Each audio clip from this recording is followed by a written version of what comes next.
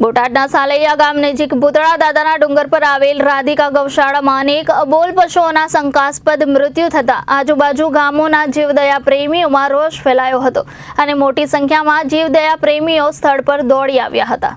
બોટાદ જિલ્લાના સાલૈયા ગામ નજીક ભૂતળા દાદાના ડુંગર પર બાપુશ્રી સેવા ટ્રસ્ટ આશ્રમ આવેલો છે।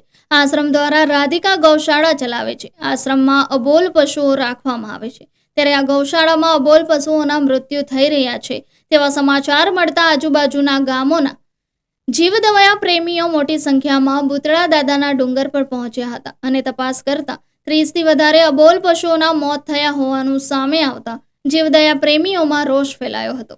ગૌશાળામાં ઘાસચારો અને પાણીની વ્યવસ્થા ન હોવાને કારણે પશુઓના મૃત્યુ થયા હોવાના જીવદયા પ્રેમીઓએ આક્ષેપ કર્યા હતા। જ્યારે ઘટનાની જાણ થતાં બોટાદ પોલીસ કાફલો ઘટના સ્થળે પહોંચી મામલો ઠાળે પાડ્યો હતો અને અબોલ પશુઓના મોત કયા કારણોસર થયા છે તે તપાસ શરૂ કરી હતી। જ્યારે તપાસ બાદ જ પશુઓના મોતનું સાચું કારણ બહાર આવશે। સાલૈયા ભૂતળા દાદાના ડુંગર પર બાપુશ્રી સેવા ટ્રસ્ટની ગૌશાળામાં શંકાસ્પદ અબોલ પશુઓના મોતને મામલે જીવદયા પ્રેમીઓએ કરેલ આક્ષેપોને ગૌશાળાના સંચાલકે ખોટા ગણાવ્યા હતા। ગૌશાળાના ગોડાઉનમાં પૂરતા પ્રમાણમાં ઘાસચારો છે, પરંતુ અમુક પશુઓ બીમાર હોવાને કારણે મૃત્યુ થયું હોવાનું ગૌશાળાના સંચાલકે જણાવ્યું હતું। શું નામ છે આપનું?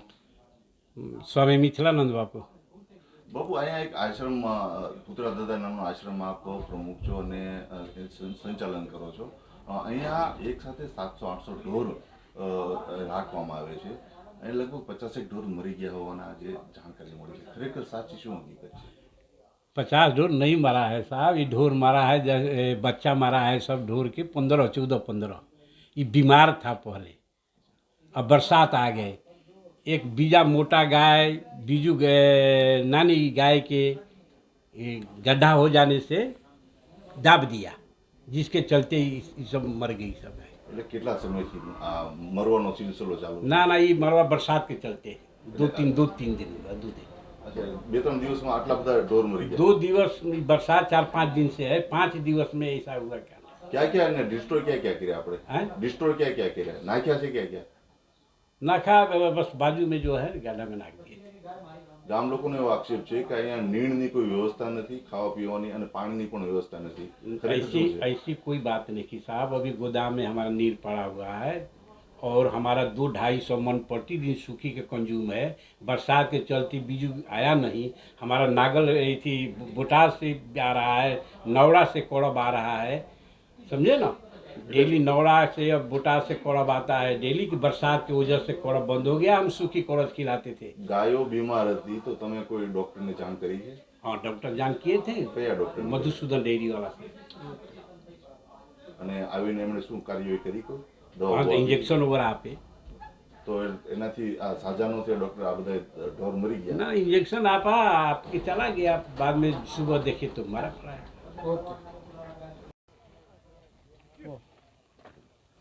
શું નામ છે આપનું? રમેશભાઈ ઘનશ્યામભાઈ પટેલ।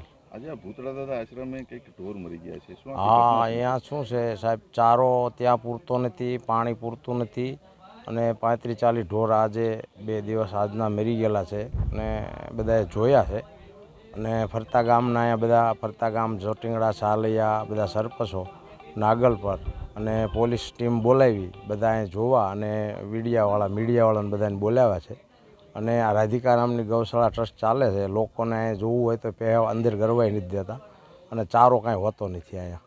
બાપુને એવું પૂછવામાં આવ્યું તો બાપુ એવું કહે છે કે અહીં જે ઢોર મરી ગયા છે એ બધા બીમાર હતા। એટલે ના ના ના ના, બીમાર કોઈ હોતા નથી સાહેબ। બીમાર કંઈ એકારી એટલા બધા થોડા બીમાર પડે કાંઈ। આ મરી ગયાનું કારણ શું થતું? આ ચારો ન હોય, પૂરો ભૂખ્યા। એટલે અહીંયા ઝાડવાવાળા અને સાચવાવાળા કેટલા વ્યક્તિ? સાચાવાળા તો અમે કોઈ વાળતા નથી, એક હોય છે, કોઈ હોતું નથી ઢોરની કાંઈ। સંખ્યા અંદાજે હશે 400 સંખ્યા છે, 400 સંખ્યા છે। શું નામ છે આપનું? મારું નામ હરીશભાઈ, ગામ સાલૈયા, હું પૂર્વ સરપંચ છું। આ ભૂતળા દાદાના આશ્રમે કંઈક ઢોર મરી ગયાના કંઈક પ્રશ્નો બન્યા છે, કેટલા ઢોર મર્યા છે અને શું ઘટના છે? 2 દિવસમાં અત્યારે અંદાજિત 50 થી 60 અંદાજિત અત્યારે હાલની પોઝિશનમાં 30-35 તો પડ્યા જ છે રેગ્યુલર। અત્યારે અમે બધાએ જોયા અને 2 દિવસથી આ લોકોની વધારે પડતી ફરિયાદ હતી કે ભૂતળા દાદાએ આવડું મોટું પાપ થાય છે એમ, એટલે એનો કંઈક નિકાલ કરો એમ। બરાબર છે. એટલે અમે અહીંયા બધા પહોંચ્યા, ટીમ બધી પહોંચી પોલીસ થાણામાંથી, મીડિયાવાળા ભાઈને બધાને લાવ્યા અને આ અમે રજૂઆત કરવા આગળ બધી કાર્યવાહી કરશું. એટલે કેટલા ઢોર મર્યા અને કઈ રીતની આખે મરવાનો સિલસિલો ક્યારથી ચાલુ હતો? મરવાનો સિલસિલામાં એક એવું છે કે ઘાસચારો પહેલાં તો છે નહીં, બરાબર. ઘાસચારાને લીધે ભૂખ્યા ઢોર એમને તડફડીને મરી જાય છે. એટલે જે એની પાસે જો વ્યવસ્થા ન હોય તો એને ગાયું એટલી બધી રખાય જ નહીં ને. એમ એની પાસે માનો 200 ગાયોની વ્યવસ્થા 200 જ રખાય ને, વધારે સુલા રાખવી પડે. એમ અહીંયા સાચવવા માટે કેટલા માણસો રાખ્યા? સાચવવા માટે અત્યારે હાલની પોઝિશનમાં એક જ માણસ છે, અમે એક જોયો લીગલી, અને એ મનબુદ્ધિનો માણસ છે. એની કોઈ લાંબી ગતાગત નથી. અને એક લોડર છે, લોડરથી કામ કેટલું થાય? આ ગોડાઉનમાં નીણ કે પાણીની કોઈ વ્યવસ્થા ખરી કે? પાણીની વ્યવસ્થા છે, પણ અત્યારે પાણી અહીંયા છે ને. અમે કુંડા બધા જોયા ને, પાણી તો અમારે લીગલી છે જ તે. પાણી અહીંયા ડાયરેક્ટ ટાંકામાંથી આવે જ છે, જેટલું જોવે એટલું. એટલે ખરેખર આમાં શું થવું શું જોઈએ? કાંઈ નહીં, એનેથી તો ઢોરનો હસવાતા હોય તો આ ગૌશાળામાં પાપ તો ખોટું લેવાનું ને. એમ થયું એમ તો એટલે પાપ થાય એ અમને ગમતી વાત નહીં, અમને બહુ દુઃખ થાય. એમ શું નામ છે આપનું? વિજયભાઈ તલવાણીયા, ચોટીંગડા ગામના સરપંચના દીકરા છે. આજે તમે બધા ભેગા થયા છો, શું આખી ઘટના શું? એમાં એવું થયું સાહેબ, અમારે કાલે 2-3 ગામના આગેવાનોનો ફોન આવ્યા કે આપણે ભૂતળા દાદાએ કહે છે પાંજરાપોર છે, એના બધા ગાયું મેકવા જાય છે, પણ ગાયું બહુ મરે છે. તો પછી આજ બધા ગામના ભેગા થયા, નાગલપર, ચોટીંગડા, સાલૈયા, કે ભાઈ ચાલો આપણે બધાને ભૂતળા દાદા જાવ. એટલે મીડિયાવાળાના ભાઈઓને બોલાય અને પોલીસને બોલાય કે ભાઈ તમે રૂબરૂમાં જો, તમે ખરેખર ચેક કરો કે અહીંયા ગાયું કેટલી મરે છે એમ. અને ગાયું એકદમ ફૂંકાઈ ગઈ છે એમ. શું ભરવાનું કારણ?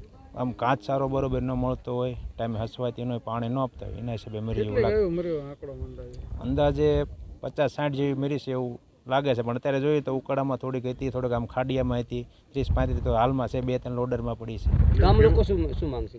ગામ લોકોને છે એનાથી જેટલી હસવાતી એટલો રાખે, બાકી બીજા ગામના ખોટા રાખે વાસડાને એવું, અને પછી આ મરી જાય તો એનો મતલબ કંઈ નહીં.